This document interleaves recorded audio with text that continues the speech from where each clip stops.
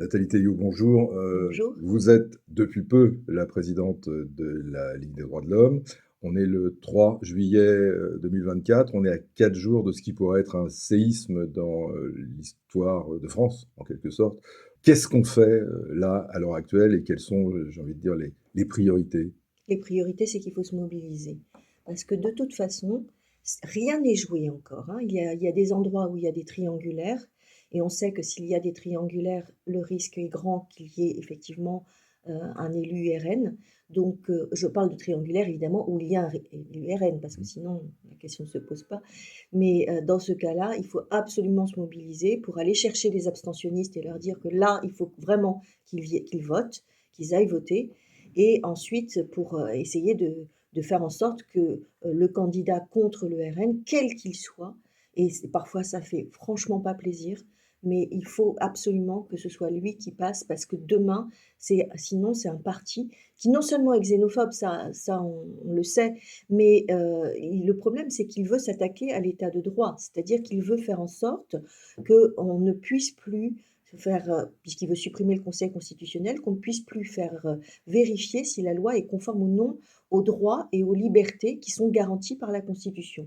Il veut aussi que la France dénonce la Convention européenne des droits de l'homme. Ça signifie que là encore, les juges ne pourront plus s'appuyer sur un texte dans lequel il y a énormément de droits et de libertés qui sont garantis.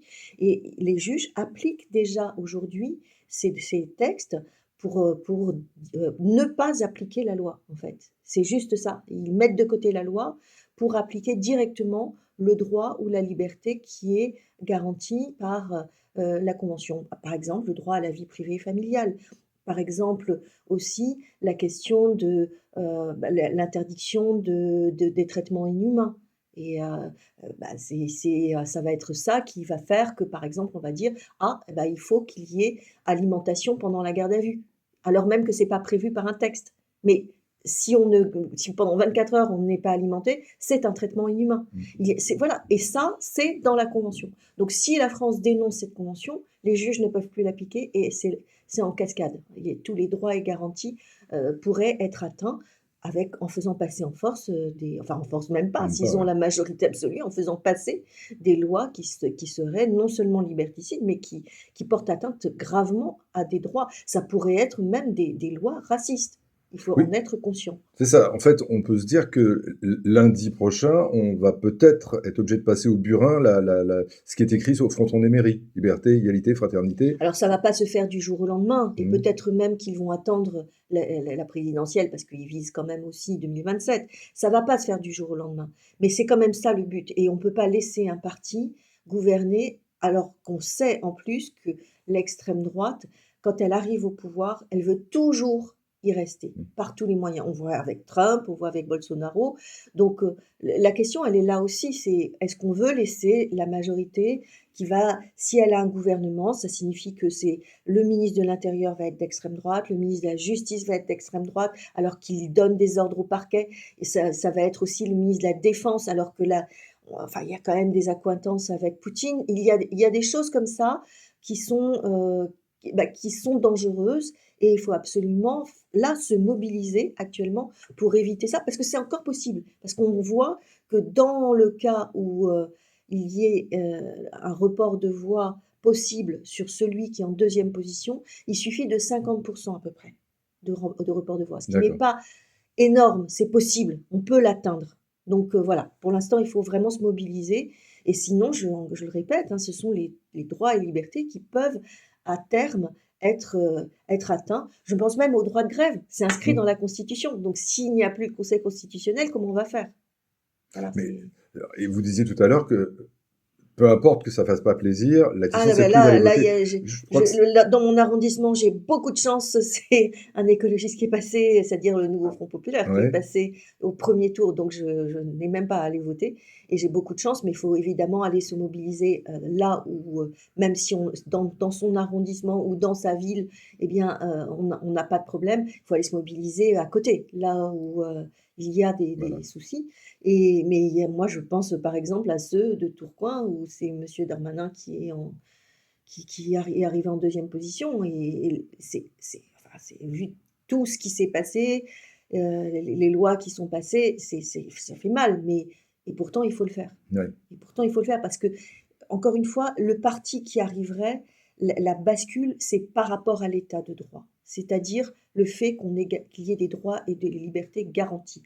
Après, ils peuvent y toucher, ils peuvent faire des restrictions, ça, on sait bien avec, avec monsieur Darmanin au pouvoir, c'est ça, c'est restriction de liberté, Mmh. on se bat. Mais regardez, sur la loi immigration, le Conseil constitutionnel a censuré vraiment beaucoup de dispositions. Donc on peut se battre quand il y a des outils. Le problème, c'est quand il n'y a plus ces outils. Donc là, il faut faire attention à ces partis. Je crois que c'est l'ancien ministre Roland Lescure qui disait clairement qu'en se désistant, donc c'est un ministre macroniste, en se désistant, il n'a pas pris sa carte à LFI, mais de toute façon, et de même que ceux d'en face qui se désistent enfin ceux de gauche qui se sont désistés dans l'autre sens, n'ont pas non plus adhéré à leur programme, Mais mais que la de toute façon, priorité, dans tous les cas, si c'est des politiques qui sont pas conformes aux droits et libertés, la Ligue voilà, va toujours se battre, c'est une évidence. c'est ça. On n'est Donc de plus. toute façon, on va se battre. Mais il faut au moins qu'on ait des outils, il faut nous laisser les outils. Il faut laisser les outils aux juges. Donc c'est ça l'enjeu en fait. Et tous les secteurs sont touchés, parce que là on parle de la justice, mais on pourrait parler de la culture, on pourrait parler de... Oui, mais quel que soit le secteur touché, et si on veut se battre, il faut se reposer sur ce qui est garanti dans des textes qui ont valeur supérieure à la loi, c'est-à-dire la D'accord. Constitution Mmh. ou les conventions d'ailleurs, hein, parce qu'il n'y a pas que la Convention européenne des droits de l'homme. J'imagine que s'ils veulent supprimer la Convention européenne des droits de l'homme, demain, ça va être d'autres conventions. Donc voilà, il y a la question de...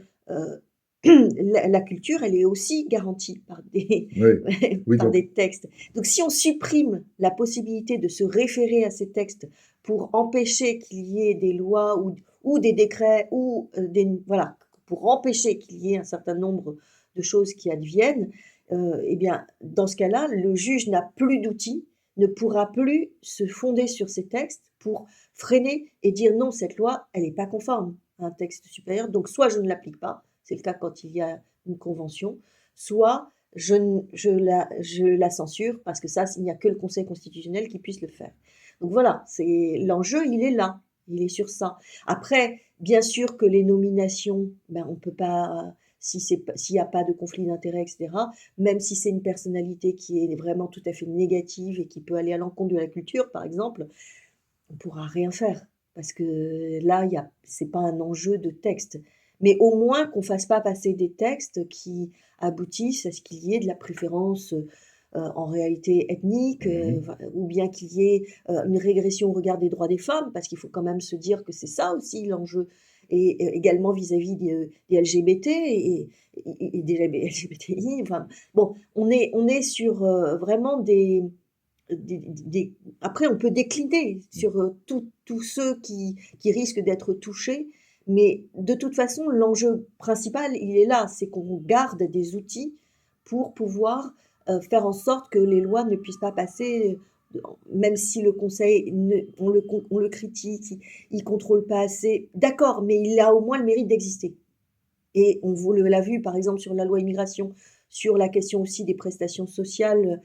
Il y avait une idée de référendum pour reculer la possibilité d'avoir des prestations sociales concernant des étrangers en situation régulière, c'est-à-dire qui sont sur les territoires tout à fait régulièrement en France.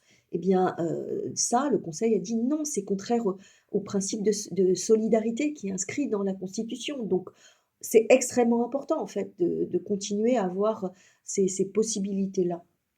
Donc, en conclusion, bah, c'est ce que vous disiez tout à l'heure, il faut absolument se bouger, aller faire comprendre ça. C'est-à-dire qu'en gros, il y a une digue qui protège tout le reste, quoi, et C'est ça. qu'il faut empêcher de tomber. Et là, quand bien même on s'est battu, contre on le sait, hein, on s'est battu contre la loi immigration, on s'est battu contre la loi sécurité globale, contre la loi de 2019 sur les manifestants.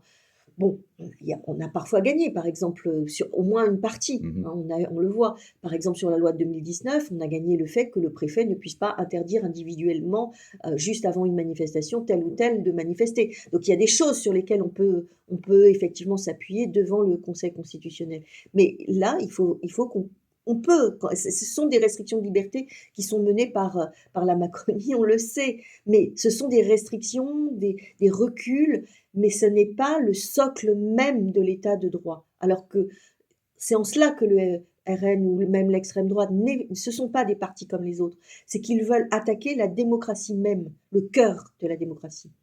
Et on sera Bon, vigilant après. Mais ça, c'est un second temps. on en reparlera, ouais. Voilà. Merci Nathalie Théiot. Merci.